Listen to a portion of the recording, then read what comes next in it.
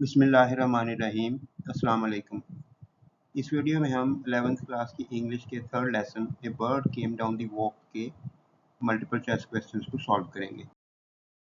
Exercise का question E है, read the following lines from Emily Dickinson's poem a bird came down the walk and choose the correct option that best identifies the type of imagery और figurative language used in each. यहाँ पे imagery और figurative language के questions हैं और इनकी deep study करने पे मुझे पता चला है कि काफ़ी सारे जो हैं वो इस तरह के हैं कि कंफ्यूजिंग है और एक दो जो हैं वो उनके आंसर्स ही कोई करेक्ट नहीं बनता। एनी हाउ, फर्स्ट क्वेश्चन है, which of the following lines from the poem contains an example of figurative language. कि इन लाइनों में से कौन सी लाइन जो है वो फिगरेटिव लैंग्वेज की एग्जाम्पल है। तो ए है, he bit an angleworm in halves. B, and he unrolled his feathers. C, then oars divide the ocean. और D, he stirred his velvet hat. अब velvet hat जो है ये मेटाफर है, फिगरेटिव लैंग्वेज होती है। Then oars divide the ocean, ये direct comparison है उसके परिंदे के परों का, परिंदे के उड़ने का समंदर में चलने वाले चप्पों के साथ। तो ये दोनों ही आंसर्स बनते हैं, लेकिन अगर हम सिमिली के हक में जाएं जो वो डायरेक्ट कंपैरिजन होता है तो उसके लिए आंसर हमारा होगा सी। डी भी ठीक है। तो इस तरह के क्वेश्चंस जो हैं वो स्टैंडर्ड नहीं होते, एग्जाम्स में नहीं डाले जा सकते।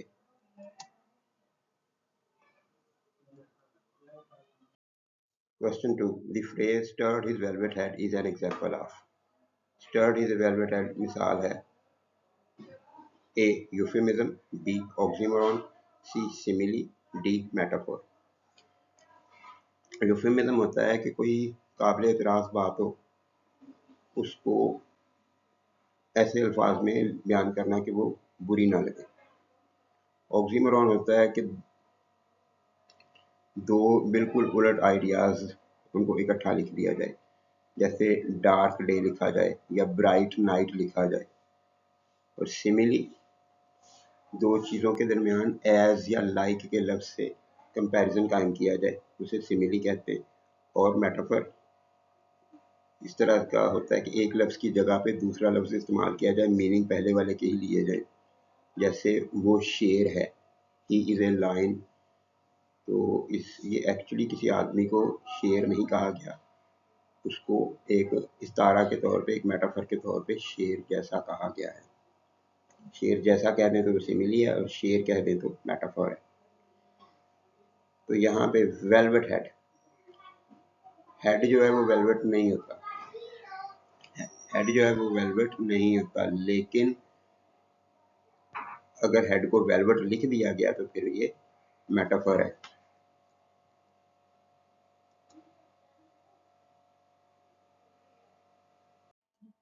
Question 3. In the context of the poem, the poet's description of the bird's killing of the worm is an example of oxymoron, simile, euphemism, hyperbole. Oxymoron दो कंट्रास्टिंग आइडियाज होते हैं, वो यहाँ पे कहीं नहीं है। कीड़े को जो उसने मारा या वो केचुए को जो मारा, उसमें कोई ऑक्सीमोरॉन नहीं, कोई कंट्रास्टिंग आइडिया नहीं है। सिमिली के लिए एज और लाइक का लफ्ज़ होना चाहिए, वो भी वहाँ पे इस्तेमाल नहीं हुआ, ये भी नहीं होगा। यूफेमिज्म होता है शुगर कोटिंग की जाए, लफ्ज़ जो है वो वैसे काबिल बर्दाश्त तो शायद अब नहीं कह सकते, लेकिन ऐसा हो कि अच्छा ना लग रहा हो तो उसको इस तरह से बदल देना कि वो इतना बुरा महसूस ना हो, जिसे शुगर कोटिंग कह सकते हैं। यूफेमिज्म जो है शुगर कोटिंग होती है। और हाइपरबले होता है कि किसी छोटी सी बात को बहुत ज़्यादा बढ़ा चढ़ा के बयान कर दिया जाए।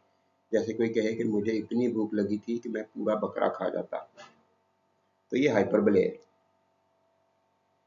किसी भी इंसान के लिए नॉर्मली मुमकिन नहीं है कि वो पूरा बकरा खा सके, तो इस तरह की चीज़ जो है ये हाइपरबले है कि बात को बहुत ज़्यादा बढ़ा के बयान कर दें।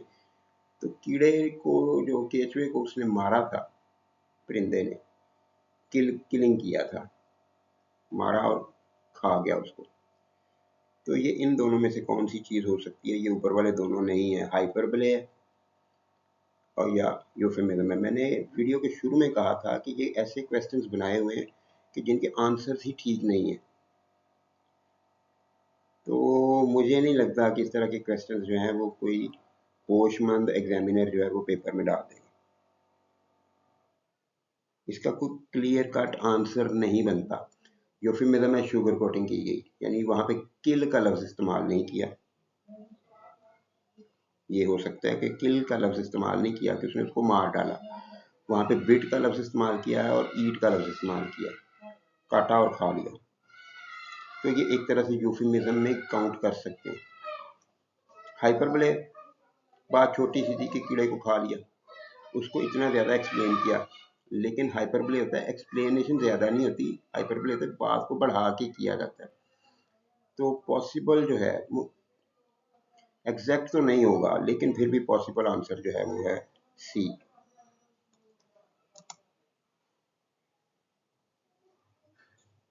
Question 4. Which of the following best represents an oxymoron, even if not explicitly used in the poem? ये यहाँ खुद ही कह दिया कि नज़म के अंदर ऑक्सीमोरॉन नहीं है, तो फिर ऑक्सीमोरॉन के करीब तरीन कौन सी चीज़ है? तो ए है he glanced with rapid eyes they hurried all abroad। Around का लफ्ज था पोएम में, यहाँ पे इन्होंने क्वेश्चन में अब्रॉड लिख दिया। B. They look like frightened beads. C. The grass divides as with a comb. A bird came down the walk.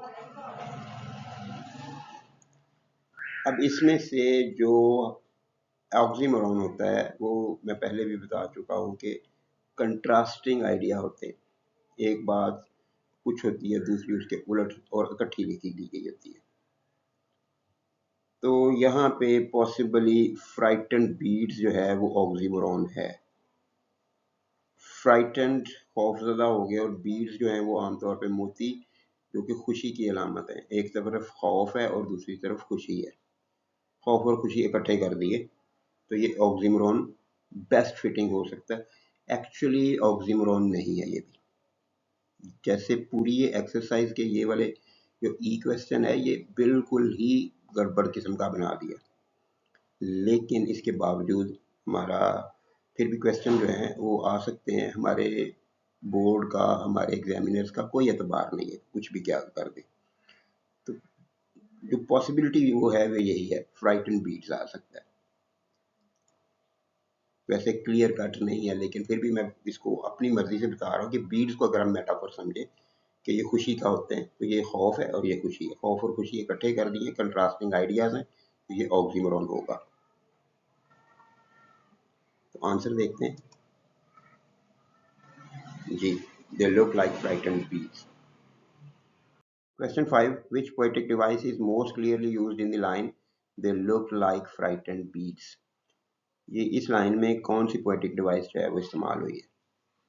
A oxymoron, B euphemism, C metaphor, D simile.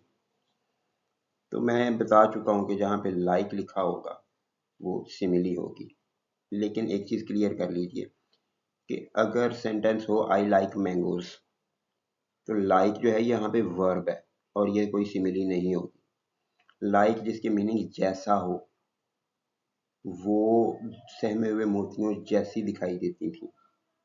जैसा, जैसी के लफ्ज का तर्जमा जब लाइक कर रहा होगा फिर ये सिमिली होगी, और यहाँ पे ये क्लियर कट सिमिली है। हमारा आंसर ना ऑक्सीमोरॉन है, यूफेमिज्म भी नहीं है, मेटाफोर भी नहीं है, सिमिली है। Let's check.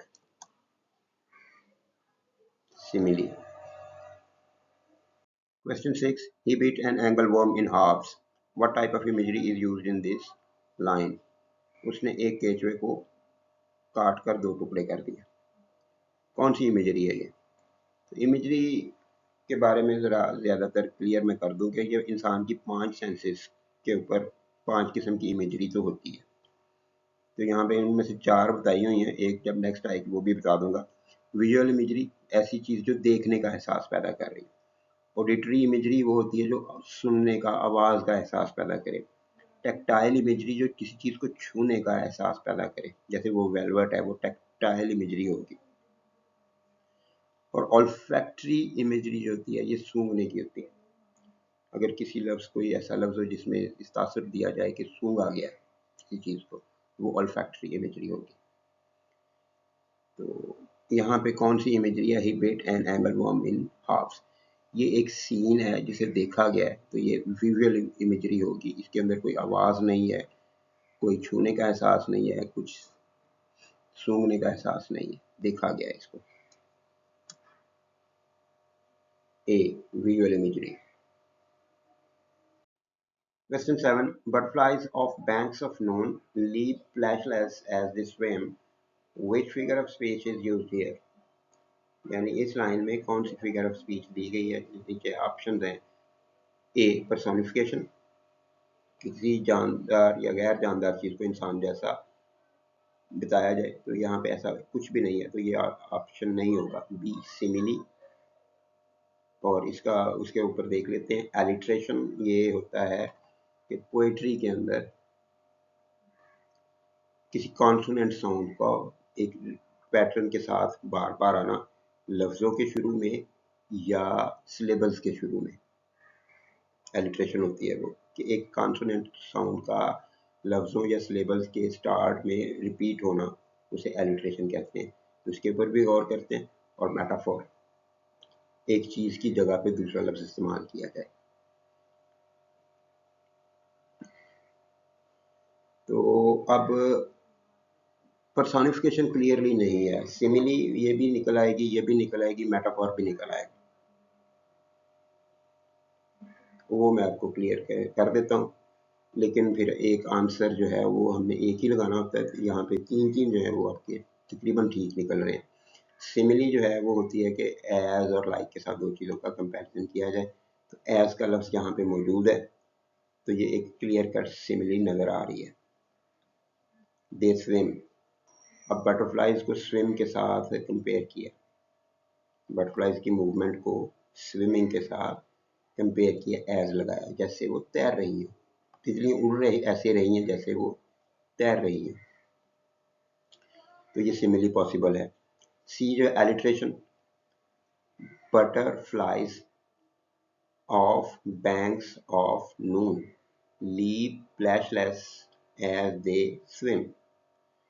अब यहाँ पे बटरफ्लाइज में बटर और फ्लाइज बी और एफ आ रहा है।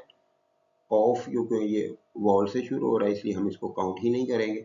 बैंक्स का बी आ जाएगा, फिर बटरफ्लाइज बैंक्स, यानी बी और बी रिपीट नहीं हुआ ठीक से, इसके दरमियान में एफ आ गया और आगे फिर एंड पे एन आ रहा है।